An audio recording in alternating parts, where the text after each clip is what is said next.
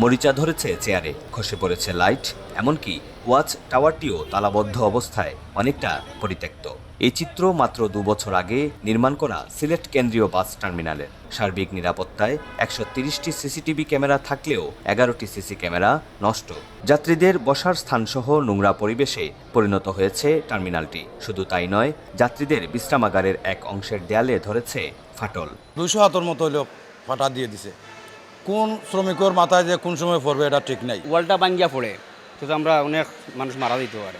রক্ষণাবেক্ষণের যে দায়িত্বগুলো, এই দায়িত্বগুলো সঠিক মতো পালন হচ্ছে না, যার জন্য সবগুলো নষ্ট হয়ে যাচ্ছে। বর্তমানে জোর তুফানোর লাগিয়া প্রায় 11টা ক্যামেরা অফ আছে, তবে কর্তৃপক্ষরে জানানি হয়েছে খুব শীঘ্রই এগুলা মোটামুটি মেরামত করা হইব, তারা এই আশ্বাস দিছে আমারে।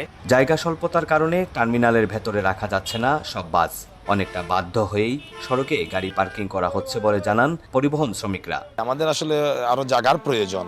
এখানে টার্মিনালের আশপাশ কিছু খালি জায়গা রয়েছে, সরকারি জায়গা রয়েছে, এগুলো যদি একুয়ার করে আমাদের সিলেটের লোকাল গাড়িগুলোকে যদি জায়গা করে দেওয়া হয়, ইনশাল্লাহ আমাদের একটা সুন্দর একটা পরিবেশ ফিরে আসবে। টার্মিনালের ভিতরের যে ফ্যান বা চেয়ারগুলা রয়েছে এগুলা ভেঙে যাচ্ছে, লাইটগুলা মেরামত, ফ্যানগুলা মেরামত বা অন্য পরিষ্কার ক্লিন করার জন্য আমার সবিনয় অনুরোধ। টার্মিনালটির জায়গা সম্প্রসারণের প্রস্তাবনা রয়েছে বলে জানায় কর্তৃপক্ষ।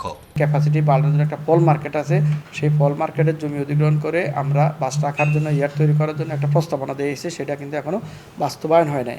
2023 সালের 15ই ফেব্রুয়ারি 117 কোটি টাকা ব্যয়ে 8 একর জায়গায় আসাম টাইপ নির্মাণ শৈলীর অনুকরণে কদমতলী বাস টার্মিনাল নির্মাণ করে সিলেট সিটি কর্পোরেশন।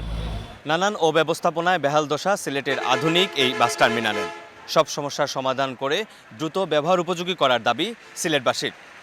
সিলেটের কদমতলী বাসস্ট্যান্ড থেকে অপু বণিক, সময় সংবাদ।